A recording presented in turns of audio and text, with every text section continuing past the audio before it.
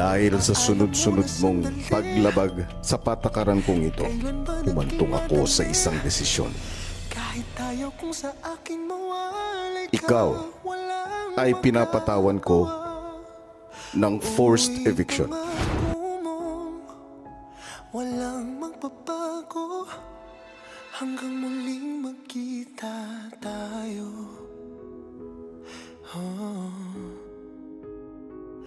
Paalam muna, sana sandali lang. Habang nag-iimpake na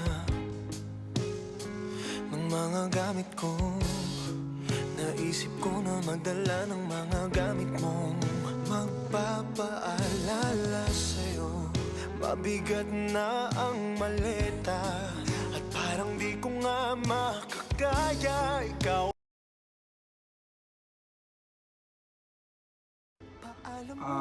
Bibigyan ko po ng 3 points si Ate Bam kasi po pag nagkukwento nauuna yung tawa bago niya i-share sa amin.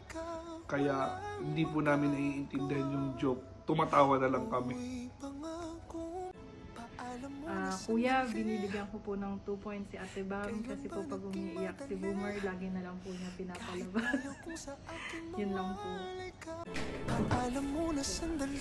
Kuya, binibigyan ko po ng 3 points si Ate Bambi kasi po palagi po siyang nagugulat. At saka po yung kape niya, hindi niya po tinuturo sa akin kahit na alam niyang mamimiss niya ako. Yun lang po. Kuya, binibigyan ko po ng 3 points si Ate Lupo. Kasi po pag nagkukwento po siya, fill in the blanks. Fill in the blanks po. Pupunan po namin yung sentence niya. Tapos hindi pa namin alam kung tama o mali yung sagot. Bibigyan ko po kuya si Ate Bambi ng 3 points dahil po ay nangako po siya sa amin na siya po ay magluluto nung magre-resign na po siya. Nabibilang lang po namin kung ilang beses lang po siya nagluto sa amin. At yun ay 3 beses lang po. Una, ang niluto niya po ay bihon. Pangalawa ay yung tinola. At yung last po ay sopas. Yun lang po. Masasabi ko sa iyo, Bam, ang galing mo patawa. Kahit di ka nagpapatawa, nakakatawa. Kuya, binibigyan ko po ng 3 points si Ate Bambi kasi po sa lahat ng mga kakilala ko nag-travel, siya lang po ang nakalimot magdala ng passport, magdala ng Emirates ID, at saka po wala rin po siyang card, wala rin siyang cash nung nag-travel siya sa Armenia. Kaya 3 points po para sa kanya. Sana ngayon po sa pag-travel niya sa Australia, kompleto po lahat ng dala niya. Kuya, bibigyan ko ng 3 points si Bambi. Kasi kapitbahay namin siya sa Roca at saka always welcome pag siya nakikita mo. Every time na mamimit mo siya. Thank you, Kuya.